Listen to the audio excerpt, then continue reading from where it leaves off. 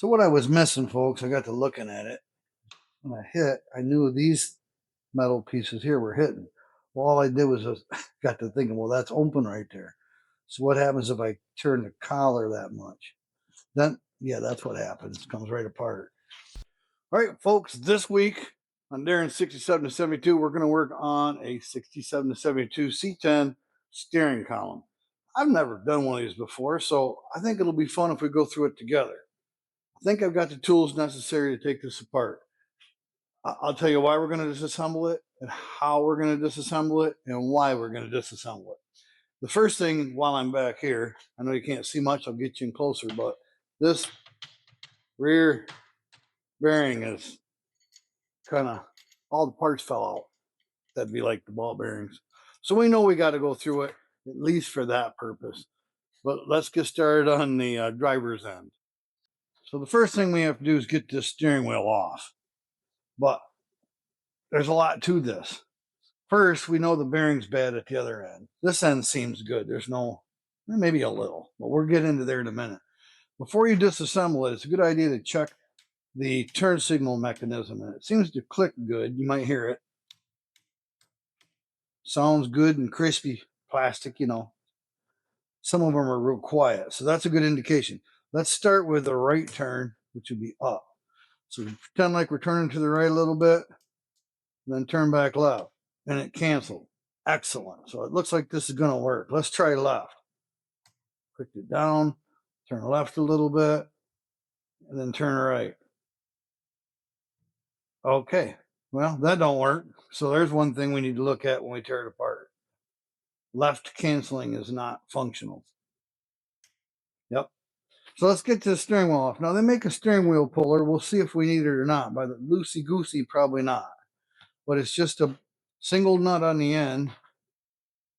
And then once that nut comes off, if this is pressed on really good, there's some splines in there. You might have to put a steering wheel puller on it. It's about like a bearing puller.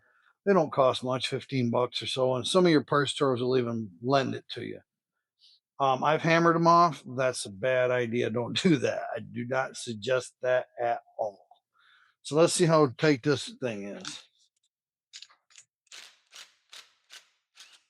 A little bit. Not bad. Yeah, that one fell off. They don't usually just fall off. Well, I can show you why. No, I thought there was no splines in there. If you get one of these that's smooth, that ain't going to work. But yep, there's splines in there. So here's your horn. I'll get that out of the way. I don't think he wants to use that one anyway. Good shape, good size, feels good in the hand, but we'll put her over here to the side. So the next thing is this. I'm going to put my glasses on. This plastic piece you're looking at would be your horn part. Basically, this metal goes against the back side of your steering wheel, and there's wires inside of that to go to a horn button. And this is just so everything can spin and still keep conductivity. So that's pretty cool.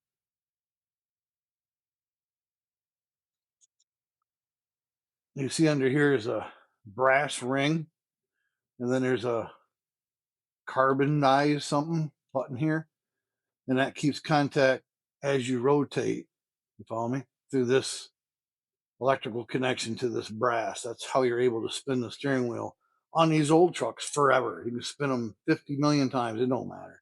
The new ones have clock springs and you'll break those, but we're not going to talk about new truck cars. We're talking about 67 to 72 pickups. So there's your brass connector. Seems in good shape. It might be copper, but it looks like brass. Doesn't matter. And now here's the inner working. So maybe I should get you in a little closer for that. Okay, looking inside of here, you see there's a lot going on. Basically, there's your inside bearings that we're talking about at the bottom are bad. These look good so far. There's some electrical connectors for your hazards. But here's your turn signal mechanism, this horseshoe-shaped part here. You can see how that clicks. There's pressure right here that makes it kind of click into a detent. So that part of the switch mechanism works fine. I wonder why it wasn't kicking off only on one side. Interesting. We can try it.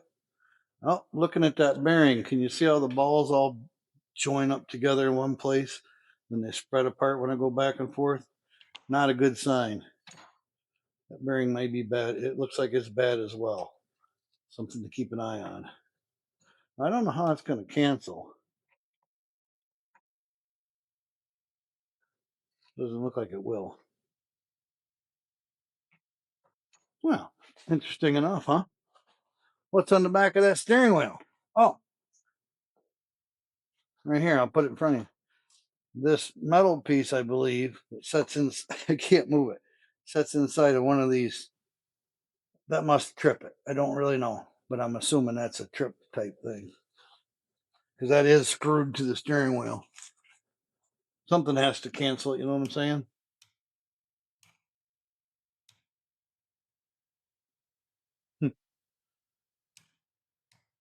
Well, you know what I know now. You probably know more than I know now. I can't get it to cancel on its own. We'll be taking this apart eventually. Want to get this cover off or this indicator off of here so I don't break something. Of course, knowing me taking it off, I'll break it. It'll be fine.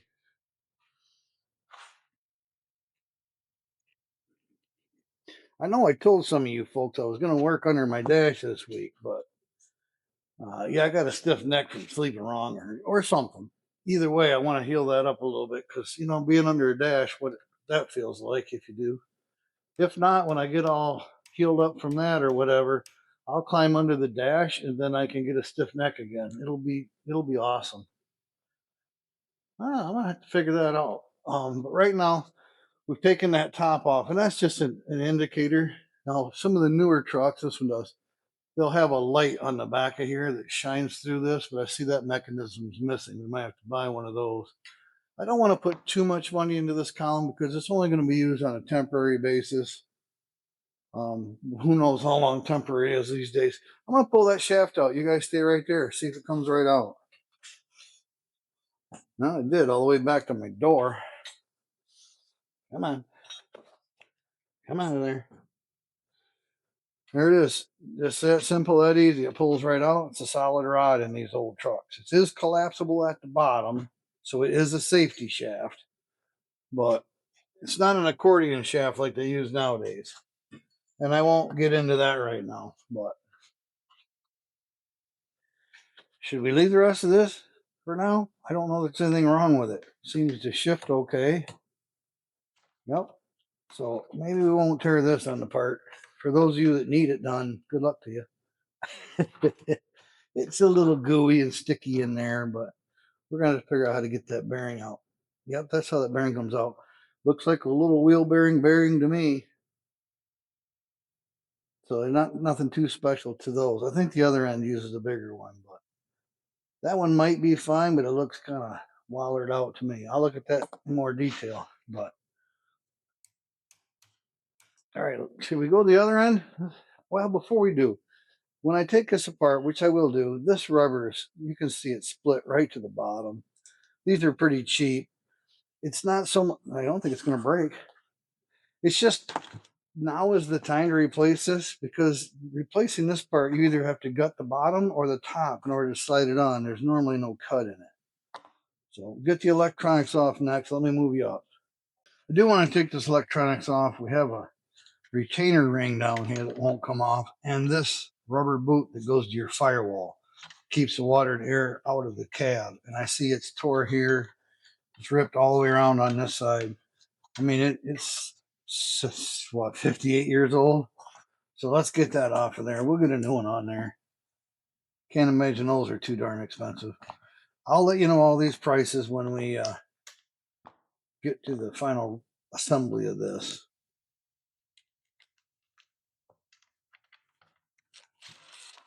Those shouldn't be very tight. I'm just being lazy with the tool here.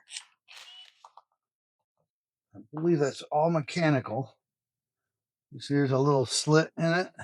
It fits right on that high spot, rail, whatever I call it in there. Just sits right on that. And this selector, these are 4 connectors. This selector will figure out which one of these 4 it wants to either ground or power, usually power on these old vehicles. That's a little crunchy. Again, I'll check prices on this when it comes to electronics. If they're cheap, I just soon replace it. There's a lot of wear and tear on every time you drive this vehicle. You're going to do this at least twice every trip, minimum.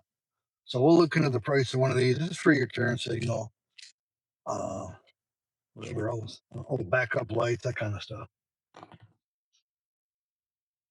All right, let's just do it. Let's just take this apart. I'm not scared. It'll be okay. It'll be fine. Figure out how to put it back together or buy a new one. I lean towards figuring out how to put it back together.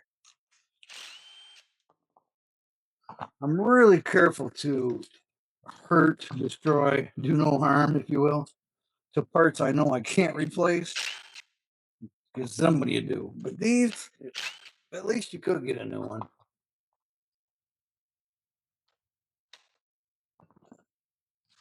Containers on. Then how do we get this apart? Yep, there's a bearing, or bearing housing anyway. No racing or anything. Might be on the back side. Let me look. No bearing in there at all. What happened to it? It came out. It came out on our shaft. Must be. It did. So I believe that's a bearing retainer there, and it gets bolted in. That's what holds this all together.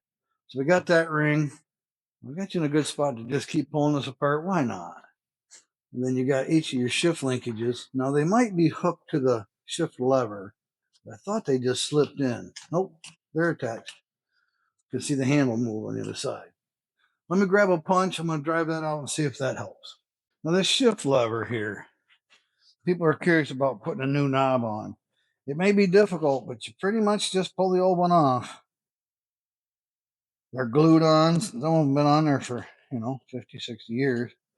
This one's been re-glued to try and get a rubber style. That looks like an 80s knob they put on there because the originals are like this hard plastic. They put some kind of tape or something on there to fill up the gap. But it does have splined end on it. So there's that issue. And then this, you just drive this pin out right here. They don't normally drive out that easy.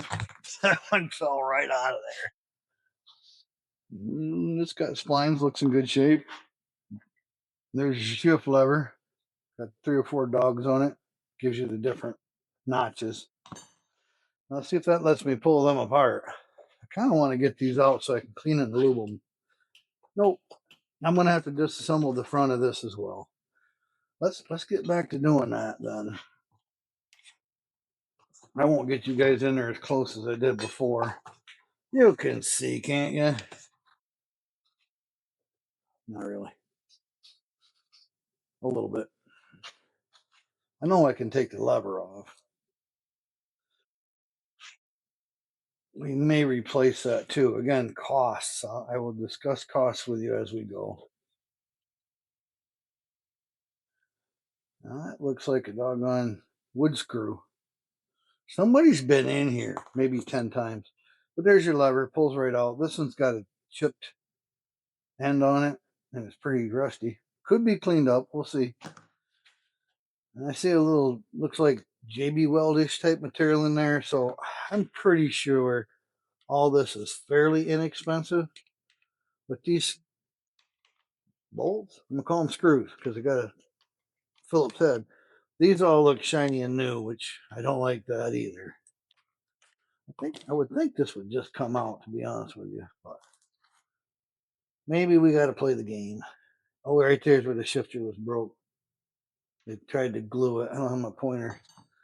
Looks like they tried to glue it because the shift lever was coming out of there. Again, I'm really sure these are inexpensive, but we're definitely going to replace them unless they're just cost prohibitive. And I don't see that.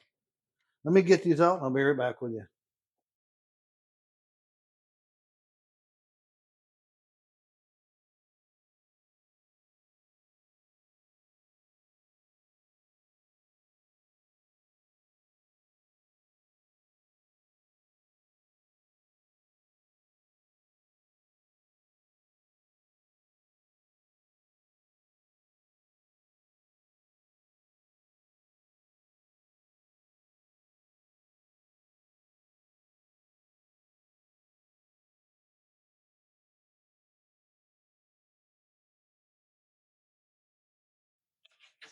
Now we've taken out 3 screws.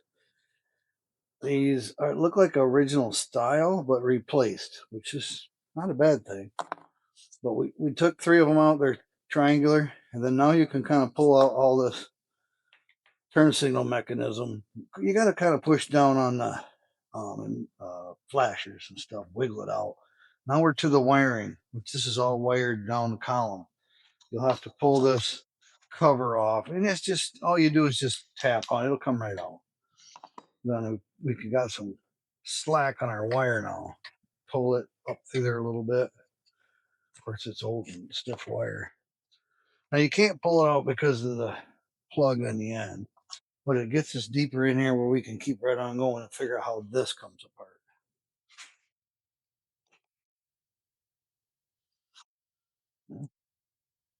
I don't know what that is, but it's a thingamajig. It might actually be the official name for that. We got to get this collar off. And I'm not seeing any bolts in it. So again, brought you guys back at a point where I guess I don't know what I'm doing. You can see how this collar moves. Ooh, there's an important spring. I'm gonna wish I knew where that went.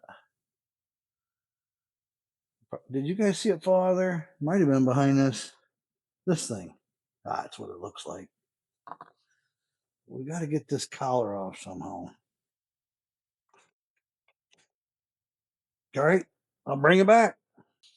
Now we got this far. This part just got to wiggle it. I know I turned the camera off, but I just wiggled that and it eventually just fell out. I didn't know that.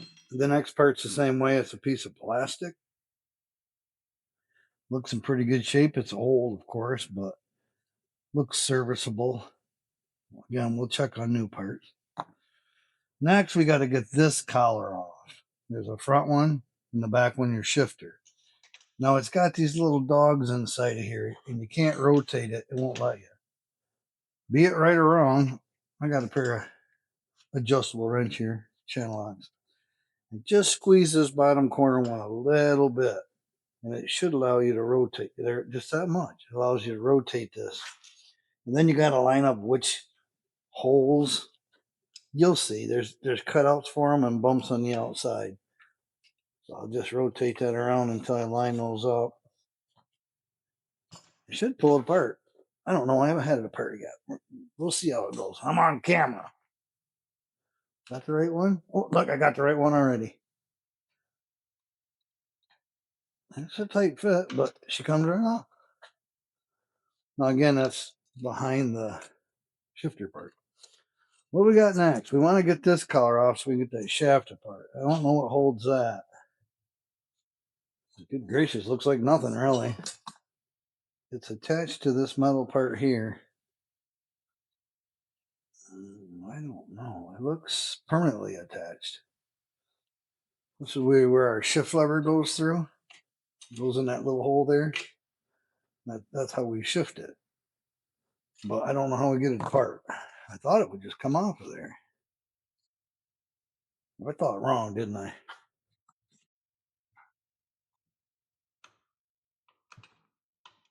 I'm going to try to just pull on it. Shouldn't be anything holding it, right? Well, that part would be, wouldn't it? No, it's separate. All right, we'll see what I can do. Well, something, you can hear it. Still hitting something. But this does run separate than that. So I don't know what's biting it. I don't feel any dogs or release pieces or anything.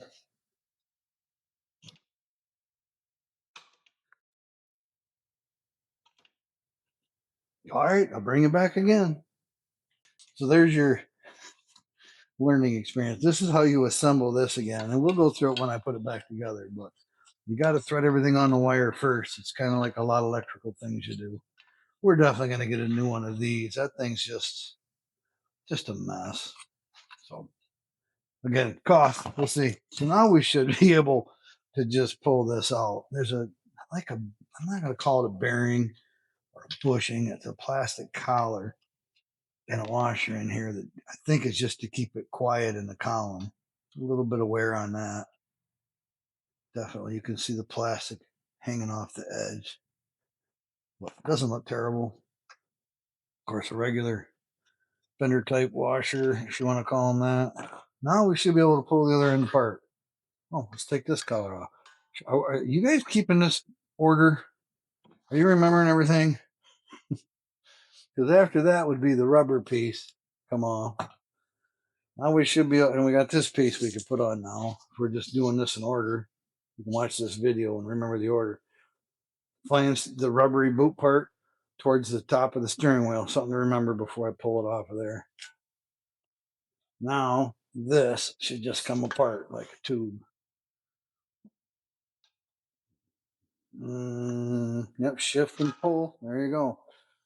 Rustyish, crustiest spring. Looks in good shape. Just needs cleaned up. Got some felt stopper in there. I'd probably keep airflow from going through the column. That should be it.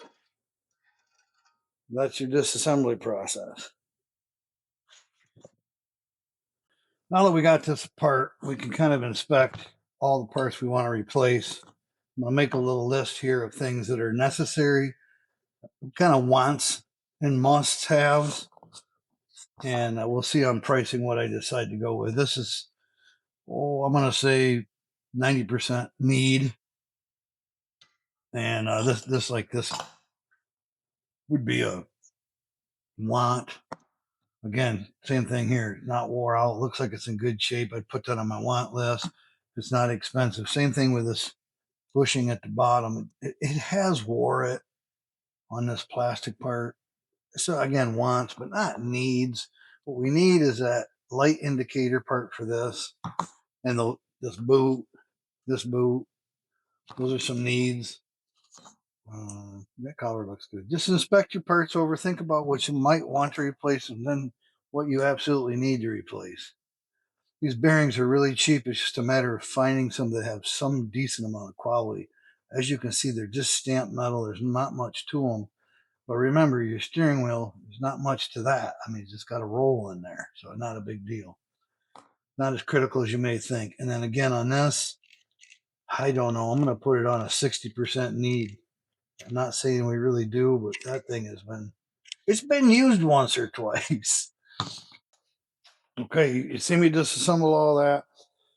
I just kind of been inspecting my parts like I told you, and this is the biggest issue I've seen with these trucks. My 71, one of these days I'm probably going to have to do this to the 71 because it's gotten so much dirt and grime into the shifter at the bottom. This would be next to your firewall where it comes out of the truck.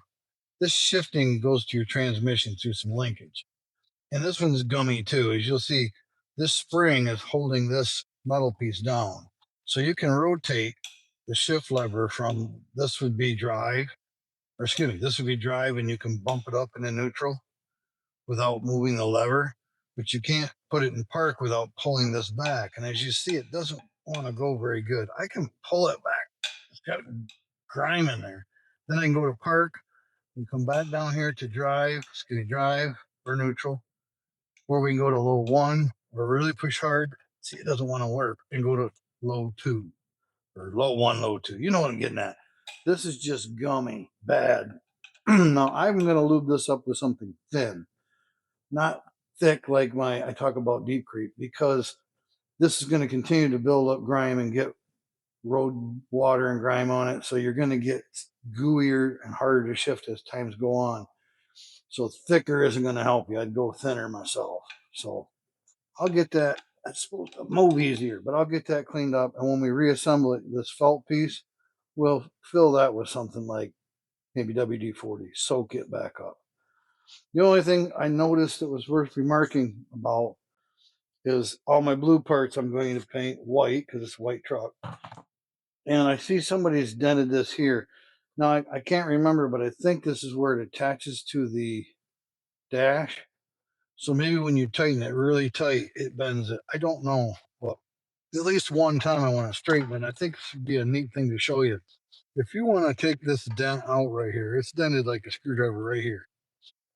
You want to pry it open like this. Unfortunately, the other side is just as thin. And as you bend this up, you're going to bend that side down. Now, you're only going to equal the two out. You know what I mean? You can I don't know how to word it. If this one's down 2 millimeters and this one's flat, when you get done bending them both as best you can, they'll both be down 1 millimeter. Not something you want. So I do something like this: a heavy piece of steel, just scrap steel. You put on the side you don't want to bend. I just use a tape because I don't have 3 hands. I don't want 3 hands. So there you go. Now, when you get in here and pry on it, I'm being clumsy. I can pry this far side up against this heavy steel, and I won't bend the other side. I don't know if I can hold it enough. It's in the right position. Depends on how thick your steel is, how hard it'll bend. Yeah, I'll probably roll this over where you can't see it on the bench so that that piece of metal is against the table, giving me a little more pry power on my loose table. Okay, maybe not. I'll probably end up putting a clamp on here. Then I can pry this out using this heavy metal distributed across the shaft. That'll take a few minutes. I'll do that off camera. After that, hand sand all this, paint prep. Speaking of paint prep, got a few things to show you before I go. This is that core support we worked on most of last week.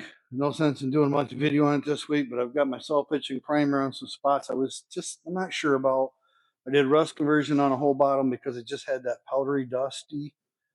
I sanded it, but it's just stayed kind of dusty, rusty, so I wiped it down. There's some good coating on here. The next step's painting. I don't know if I'm going to hand paint this or spray it. I just can't decide. If you spray it shiny, it's kind of bumpy, so it won't have a nice shine. If you use tar, it's not a good finish for this. Maybe I'll go with a black satin. I'll bore you guys with that. And as you see, I haven't got to the bumper yet because I just think I might do something on a video about it. What I mean is I was just going to paint the back of all these, but the way that you can see through them, I don't know why they did that, but whatever. I'll probably get paint on the lenses, and these are new lenses. I don't want to do that. So I'm thinking I'm just going to disassemble them and show you guys that might need new sockets, how easy that is. And then I can paint the sockets separate. I know, Mr. Darren going overboard on this paint stuff, but that's what I do. Lastly, folks, I'm going to walk you over to the 1972 C20 in Avalon Green. Just one thing. I was looking everywhere for this. I feel kind of dorky. Well, it may make me look stupid on camera. But I was looking for that darn vent, the drain. Because working on this air conditioner. Not right now. And I couldn't find it anywhere. I'm like, something's not right because this has got to drain water out. I know this. And I didn't think about looking at the other cover because it's right there. Simple to see. But it has this like whole bushing area. So I'm assuming it has one of them rubber things you squeeze. It doesn't, but it needs one that you squeeze to let the dirt out, but the bugs and stuff can't get in. I'll look at that when I order my stuff. All right. That's pretty much it. But just want to tell you guys, thanks again for coming. Thanks for watching. I appreciate each and every one of you guys. I appreciate the subscribing, the thumbs up. It all makes a difference. I'm a small channel. Just help me build a little bit more. Not that I really worry about that, but it's a YouTube thing. If I don't increase my viewers, then they quit showing my videos. That's all. All right, folks, take care. I got to go.